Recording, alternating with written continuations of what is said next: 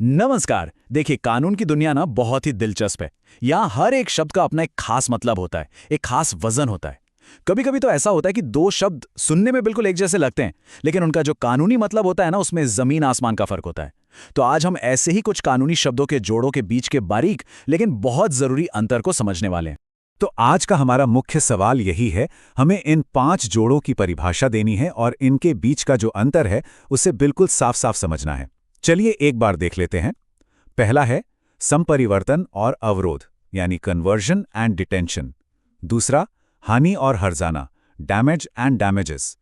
तीसरा है दैवीकृत्य और अवश्यंभावी दुर्घटना, act of God and inevitable accident. चौथा, आक्रमण और प्रहार, असॉल्ट एंड बैटरी। और पांचवा, दो बहुत ही महत्वपूर्ण लैटिन सूत्र, इंजूरिया सिने डैमनम और डैमनम सिने इंजूरिया। तो चलिए एक एक करके इस पूरी गुत्थी को सुलझाते हैं। तो चलिए शुरुआत करते हैं संपरिवर्तन और अवरोध से। अब ये दोनों ही शब्द किसी दूसरे की संपत्ति को गलत तरीके से अपने पास रखने से जुड़े हुए हैं, लेकिन इनके पीछे की नीयत और जो कानूनी अंजाम होता है उसमें बहुत बड़ा फर्क है। आइए देखते हैं कैसे। सबसे पहले है संपरिवर्तन, जिसे अंग्रेजी में कहते हैं कन्वर्जन। अच्छा, इसको ऐसे समझिए कि कोई व्यक्ति आपकी चीज के साथ ऐसा बर्ताव करता है मानो वही उसका मालिक हो, और ऐसा करके वो आपको आपके हक से पूरी तरह से वंचित कर देता है। ये सिर्फ चीज को अपने पास रखना भर नहीं है, ये तो उस चीज पर आपके मालिकाना हक को ही चुनौती देना है। जैसे एक केस था जिसमें एक साहूकार ने कर्जदार की संपत्ति को गारंटी के तौर पर अपने पास रखा था। अब देखिए, उसे संपत्ति को जब्त करने का तो हक था, पर उसे बेचने का नहीं था। लेकिन उसने क्या किया, उसने उस संपत्ति को अवैध रूप से बेच दिया। यहां उसने सिर्फ कब्जा नहीं किया, बल्कि मालिक की तरह बर्ताव किया, और इसीलिए अदालत ने इसे संपरिवर्तन माना। अब बात करते हैं अवरोध की, यानी डिटेंशन। ये मामला थोड़ा सीधा है। इसका सीधा सा मतलब है कि किसी की चीज को बिना किसी कानूनी वजह के अपने पास रोक कर रखना, और जब असली मालिक उसे वापस मांगे तो साफ मना कर देना। इसमें दो बातें बहुत जरूरी हैं। पहली, कि जिसका सामान है उसे वो सामान तुरंत वापस पाने का हक है, और दूसरी कि जिसके पास सामान है उसने लौटाने से साफ साफ इनकार कर दिया है। यहां मालिकाना हक को चुनौती नहीं दी जा रही है, बस सामान लौटाया नहीं जा रहा। तो फिर इन दोनों में असली फर्क क्या हुआ? सारा फर्क है नीयत का। देखिए, संपरिवर्तन में इरादा ही असली मालिक के अधिकार को खत्म करने का होता है, उस संपत्ति पर अपना हक जताने का होता है। इसीलिए इसका उपाय भी बड़ा है, हर जाना, यानी उस संपत्ति की पूरी कीमत अदा करना। वहीं दूसरी तरफ अवरोध का उद्देश्य सिर्फ इतना है कि वस्तु को लौटाना नहीं है। इसलिए इसका सीधा सा उपाय है कि वस्तु को जैसा है वैसा लौटा दिया जाए। तो एक में मालिकाना हक पर हमला है और दूसरे में सिर्फ कब्जे पर। हमारा अगला जोड़ा है हानि और हर्जाना। अंग्रेजी में इन्हें कहते हैं डैमेज और डैमेजेस। जरा ध्यान से सुनिए, सिर्फ एक एस का फर्क है, लेकिन कानून की दुनिया में ये एक एस पूरी कहानी बदल देता है। एक है वो चोट जो आपको लगी, और दूसरा है उस चोट का मुआवजा। चलिए इस दिलचस्प फर्क को और गहराई से समझते हैं। पहले बात करते हैं हानि यानी डैमेज की। ये वो असली चोट या नुकसान है जो किसी व्यक्ति को पहुंचता है।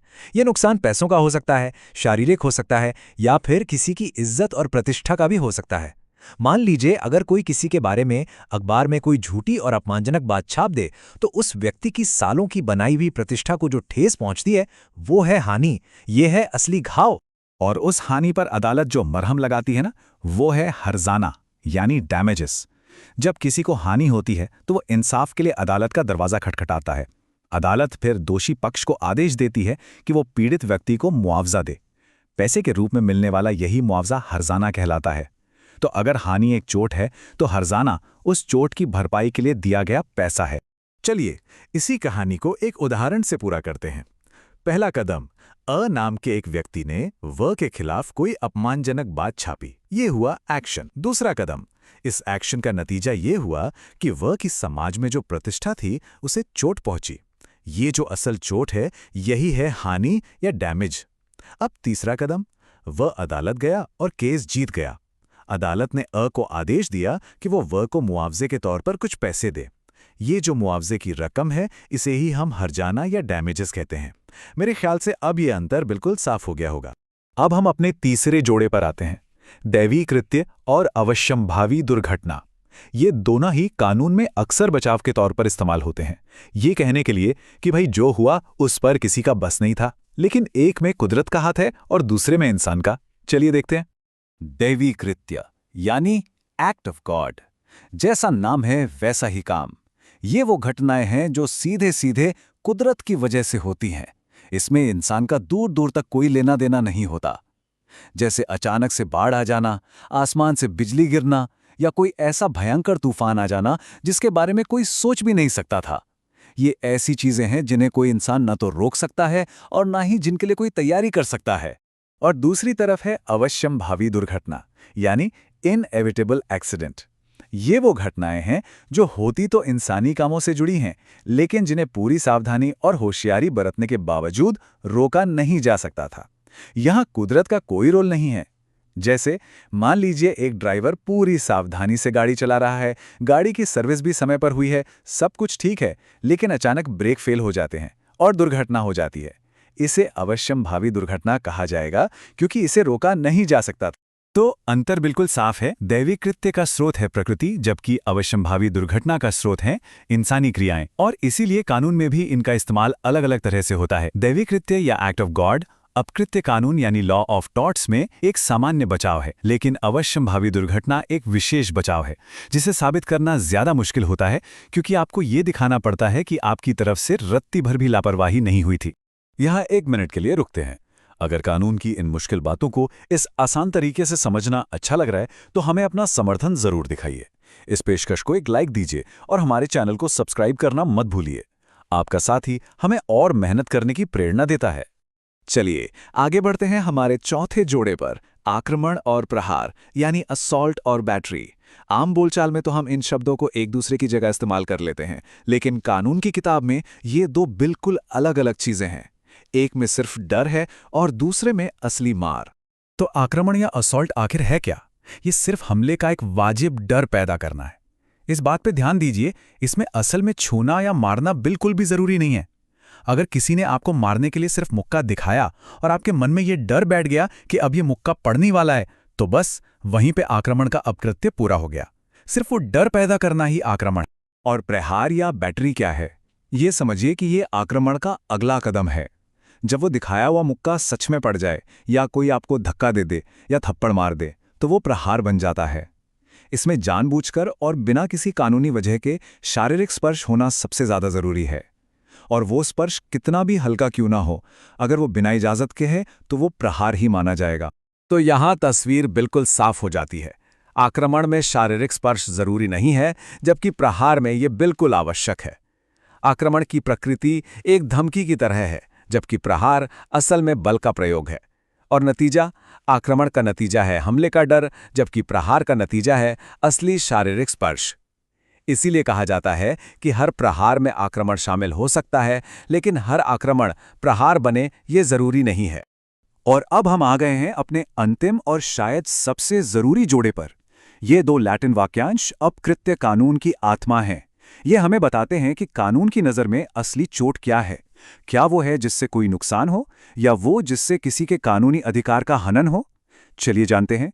पहला है इंजूरिया साइन डैमनम। इसका आसान भाषा में मतलब है बिना नुकसान के कानूनी चोट। सुनने में थोड़ा अजीब लगता है ना?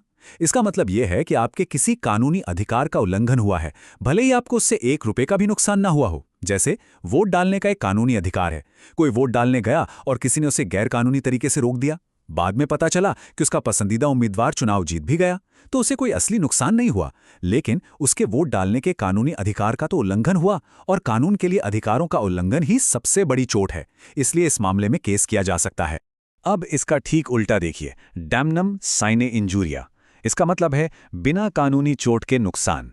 यहां किसी को सच में नुकसान हुआ है, पैसों का, बिजनेस का, लेकिन उसके किसी कानूनी अधिकार का उल्लंघन नहीं हुआ है।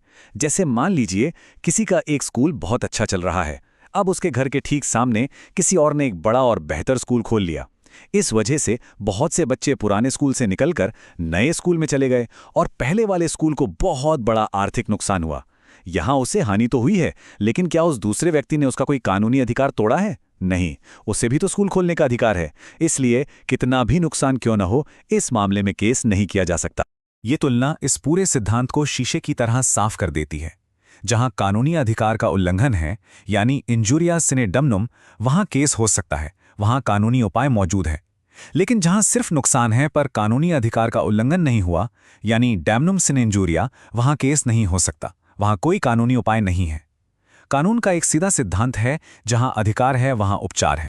तो आज के इस पूरे विश्लेषण का सार क्या है? सार ये है कि कानून की दुनिया में हर शब्द को तराजू पर तौला जाता है। जैसा हमने देखा, हानि और हर्जाना या आक्रमण और प्रहार के बीच का एक छोटा सा फर्क पूरे केस की दिशा और नतीजा बदल सकता है। इन बारीक अंतरों को समझना ही कानूनी समझ की पहली और सबसे महत्वपूर्ण सीढ़ी है, और यही वो बुनियाद है जिस पर न्याय की पूरी इमारत खड़ी होती है।